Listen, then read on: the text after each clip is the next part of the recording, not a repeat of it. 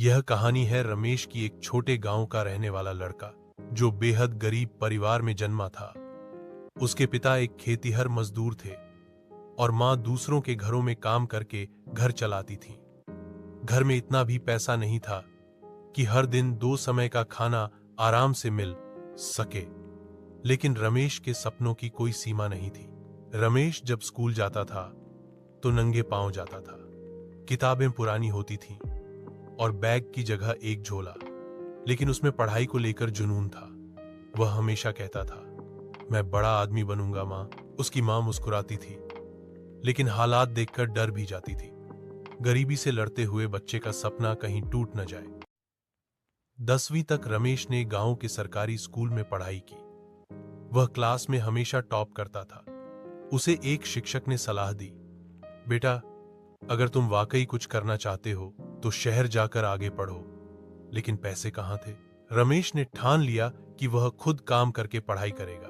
वह 16 साल की उम्र में शहर आया। दिन में एक चाय की दुकान पर बर्तन मांजता, फर्श साफ करता और रात को सरकारी पुस्तकालय में जाकर पढ़ता। कई बार भूखा भी सोना पड़ता था, लेकिन उसने हार नहीं मानी। रमेश ने 12वीं अच्छे अंकों से पास की और फिर स्कॉलरशिप के जरिए इंजीनियरिंग कॉलेज में दाखिला पाया। कॉलेज में भी वह पढ़ाई में अव्वल रहा। पढ़ाई के साथ साथ वह छोटे प्रोजेक्ट्स पर फ्रीलांस काम करने लगा, जैसे मोबाइल ऐप बनाना, वेबसाइट डिजाइन करना आदि। इससे उसे कुछ पैसे मिलने लगे और उसका आत्मविश्वास भी बढ़ा। कॉलेज के बाद रमेश को एक मल्टीनेशनल कंपनी में अच्छी नौकरी मिली, लेकिन उसके सपने अभी बाकी थे। वह नौकरी करना नहीं, अपना कुछ बनाना चाहता था।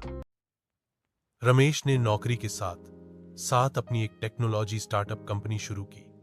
शुरुआत में बहुत घाटा हुआ, लेकिन उसने हार नहीं मानी। वह लगातार सीखता रहा, बिजनेस, मार्केटिंग, तकनीक और लोगों से जुड़ने का तरीका। धीरे धीरे उसकी कंपनी को सफलता मिलने लगी। उसने एक ऐसा मोबाइल ऐप बनाया जो गांवों में पढ़ाई के लिए डिजिटल सुविधा प्रदान करता था, जिससे लाखों छात्रों को मदद मिली। सरकार और कई निवेशकों ने उसमें निवेश किया। 5 साल में रमेश एक करोड़पति बन चुका था, लेकिन उसने अपनी जड़ें नहीं छोड़ी। वह हर साल अपने गांव जाता, स्कूलों में कंप्यूटर दान करता, गरीब बच्चों की पढ़ाई के लिए फंड देता और अपनी मां को सबसे पहले उस घर में ले गया जो उसने खुद बनाया था, एक बड़ा, सुंदर और सच्चे सपनों से भरा हुआ। प्रेरणा। रमेश की कहानी हमें यह सिखाती है कि गरीब होना कोई अपराध नहीं है, लेकिन गरीबी में सोच को कैद कर लेना सबसे बड़ी हार है। यदि आप मेहनत, ईमानदारी और धैर्य से काम करें तो कोई भी परिस्थिति आपको सफल होने से नहीं रोक सकती। गरीब से अमीर बनना केवल पैसों की बात नहीं है, यह आत्मविश्वास, शिक्षा और निरंतर प्रयास की कहानी है।